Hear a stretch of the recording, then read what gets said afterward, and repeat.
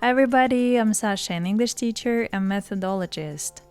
Now I help other people reach their language goals, but let's go back to the times when English was just my dream that seemed almost impossible.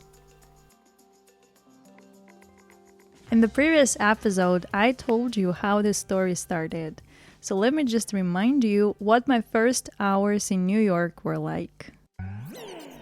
So that was me, standing there in the middle of New York City, having no idea where to go, what to do.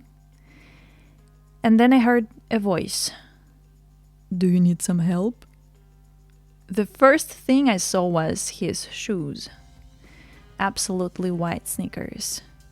He had kind of a trolley or something full of American flags sticking out of it. He was a homeless vagabond looking so happy. Well, I do need help, I replied. And that is the end of the...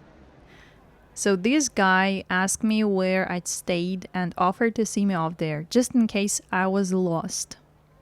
When I explained that actually I just hadn't booked anything and I was just looking around, he laughed and offered to stay right in the street with the other homeless people. Well, okay, at least I already have one offer. But I refused politely. He wished me good luck. I should say I didn't spend a single minute standing there confused. People immediately offered their help. So literally in a minute, a couple of Afro-American women approached me with the question, "Is everything all right, honey?" And yes, it was just like we see it in American movies. There are no words that could describe this atmosphere. I'd just say it was very cinematic. Well, I explained everything and they started calling all the nearby hotels. They dialed more than 40 numbers, and all of them were sold out, except one, where the price for the cheapest room was, guess how much? $400.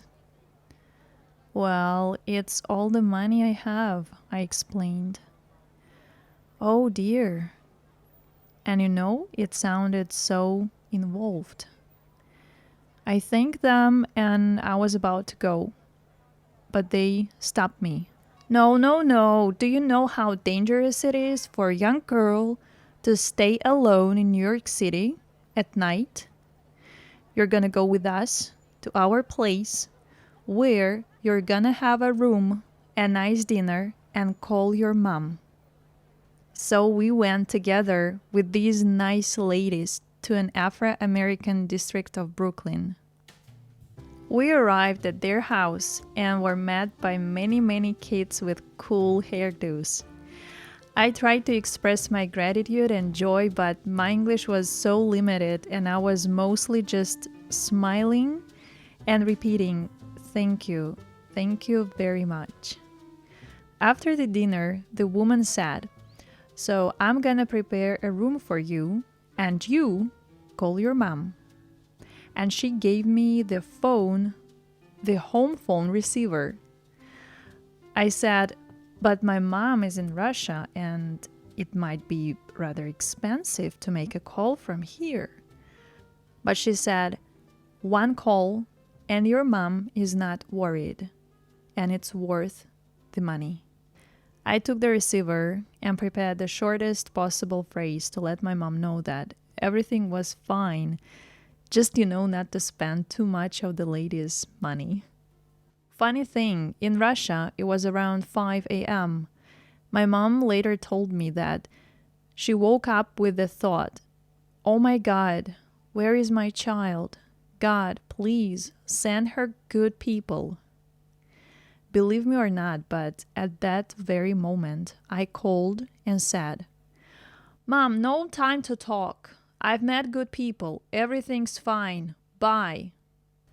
I hung up and my mom said later that she was crying like a clown, She had 2 streams of tears coming out of her eyes. as if she was a cartoon character. The following day, these ladies asked me about my plans. I said, I don't have any besides seeing the ocean. You should have seen their faces. Okay, then you need Chinatown, and from there, take a bus to the ocean. They bought me a bus ticket and paid for the taxi for me to get there. I set off for Chinatown. There, I literally felt like I was in China. Truly a city of contrasts. From Chinatown, I got on a bus. Everything was great. I felt so happy. I couldn't believe it was all happening to me. My next seat neighbor was a nice girl, and I started getting used to these small talks. But in my case, small talks ended up in big stories. So she asked me where I was from and where I was going. And actually, my small talk shocked her. Do you know that the bus is gonna arrive late at night and it's not gonna be a bus station? There's nothing, complete darkness. And it's not the best area. It's dangerous and there are shootings sometimes. Of course, I had no idea about that. Next second, she was calling her boyfriend. Listen, there is a girl from Russia and she has no idea where to stay and where she's going. They discussed it. She hung up and said, okay, my boyfriend is gonna find a room. No need to pay. We'll see you off there and you'll be safe. I was trying to find words, but again, ended up just repeating, thank you very much. We arrived, her boyfriend met us, took all our belongings to his car, and they took me to the hotel.